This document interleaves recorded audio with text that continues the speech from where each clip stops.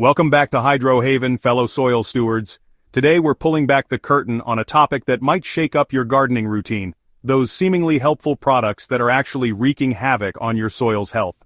As gardeners, we're often bombarded with marketing claims promising bigger blooms, pest-free plants, and bountiful harvests. But what if some of these products are creating a cycle of dependency while slowly degrading the very foundation of our gardens?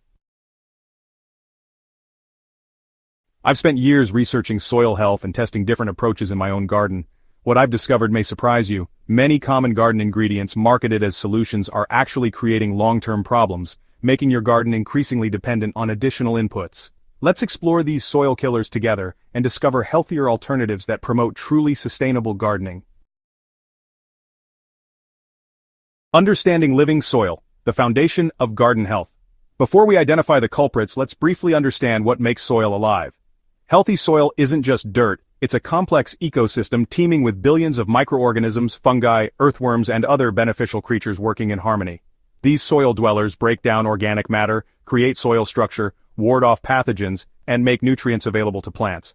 A single teaspoon of healthy soil contains more microorganisms than there are people on Earth. This living soil web creates the foundation for plant health. When plants grow in biologically active soil, they develop stronger immune systems, produce more nutritious harvests, and become naturally resistant to pests and diseases. The key to successful gardening isn't forcing growth through chemical inputs, but nurturing this underground ecosystem that supports plants naturally. Synthetic nitrogen fertilizers, the quick growth addiction. Perhaps the most common soil-killing ingredient in many gardens is synthetic nitrogen fertilizer. Those blue crystals promising dramatically larger plants deliver on that promise. But at what cost?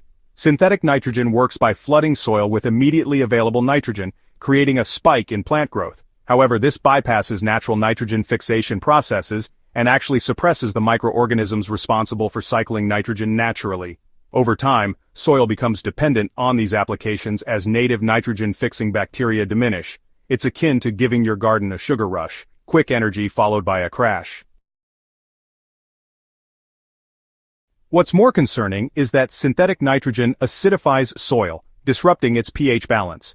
This acidity dissolves vital soil minerals and damages earthworm populations.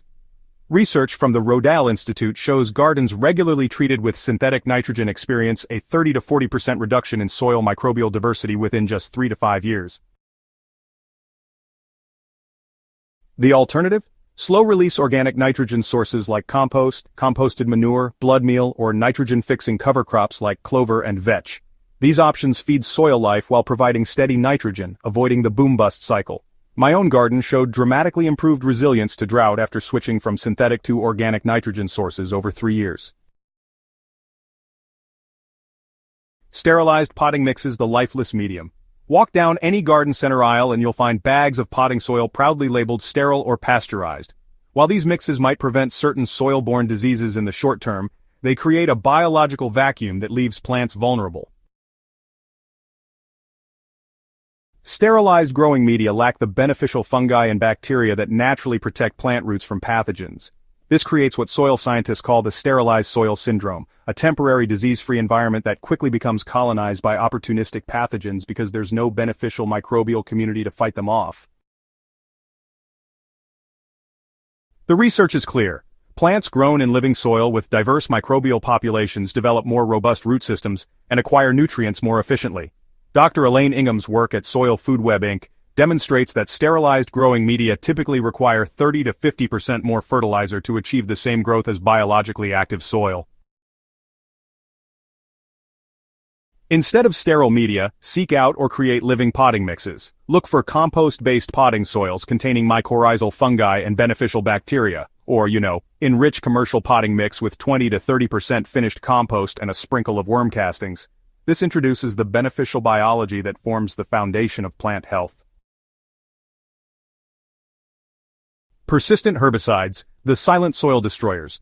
Many gardeners inadvertently introduce persistent herbicides into their gardens through contaminated compost, manure, or straw. Chemicals like clopyralid, picloram, and aminopyralid can remain active for years, continuing to kill sensitive plants long after application.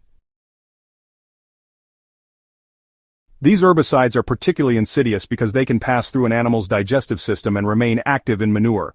They persist through the composting process, creating seemingly healthy compost that actually stunts plant growth. The telltale signs include twisted, curled leaves on tomatoes, legumes, and other sensitive plants.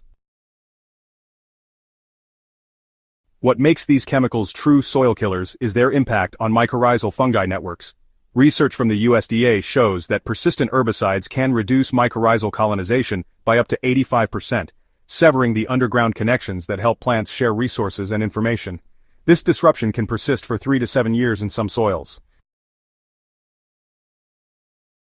To avoid these silent destroyers, know your compost sources. Ask suppliers if their compost inputs might have been exposed to persistent herbicides. Better yet, create your own compost from known organic materials. When purchasing straw or manure, seek certified organic sources or ask specifically about herbicide use. I've started a conversation with every supplier and now maintain a list of clean sources after experiencing herbicide contamination firsthand. Fungicides collateral damage underground. Many gardeners reach for fungicides at the first sign of powdery mildew or blight.